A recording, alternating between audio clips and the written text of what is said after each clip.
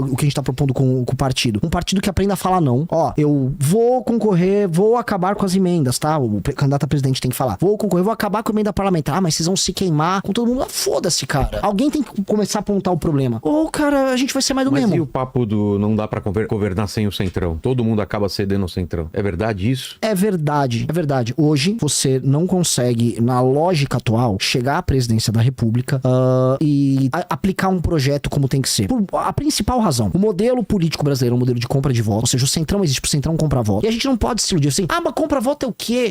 É o Bolsa Família. Não. Compra de voto é o que você imagina. É uma pessoa dando dinheiro pra uma família inteira votar ou mandar um saco de cimento. Isso acontece especialmente nas eleições municipais. A compra de voto é porque é muito vereador, é muito candidato, é muito líder comunitário. Mas acontece também nas eleições de deputado, especialmente as de deputado como vai acontecer agora em 26. E o Centrão ganha nesse cenário. O Centrão precisa de lugares muito pobres, em que eles fazem a compra de voto, eles desviam dinheiro de emenda, desviam dinheiro de obra, pegam esse dinheiro, sacam e vão dando pros líderes deles comprarem as pessoas e financiam o trabalho, carreatas e essas coisas e ganham a eleição. Este modelo precisa ser destruído e pra você conseguir tratar do problema, você tem que eleger um presidente que já avisa, este vai ser o meu tema, esse vai ser meu tema e, cara, eu vou pras cabeças. Se eu chegar no poder e encontrar uma dificuldade nisso, então que peçam o meu impeachment, porque não dá pra chegar no poder e aí se tornar aquilo que os caras, enfim, sempre culpam, que chegou e ele muda de ideia, porque é isso. E a segunda coisa que a gente tem que é muito problemática, a gente foi desenhado talvez pra ser a gente foi desenhado pra ser um regime parlamentarista, e aí puxaram pra um regime presidencialista, então a gente não é nenhuma coisa nem outra. Num país parlamentarista, o chefe vamos dizer, o líder, o cara que governa ali, o chefe de governo, ele é um cara do legislativo, de um partido que concorre no legislativo, e aí depois que sai o resultado das eleições, esses partidos se compõem, formam a maioria, e esse cara vira o primeiro-ministro. Certo. Beleza. Ele só é primeiro-ministro se ele tiver maioria no parlamento. Aqui no Brasil, o cara ganha eleição pra presidente, e aí tem uma outra eleição pro parlamento, que como tem a compra de voto lá, ganham os caras do Centrão. E aí os caras do Centrão, eles não estão aliados com o cara, ele fez maioria aqui, mas aqui foi outra coisa que surgiu. A maior parte dos caras são do Centrão. Aí esses caras se juntam pra ganhar posições no governo desse, e obrigam esse cara a basicamente ter uma agenda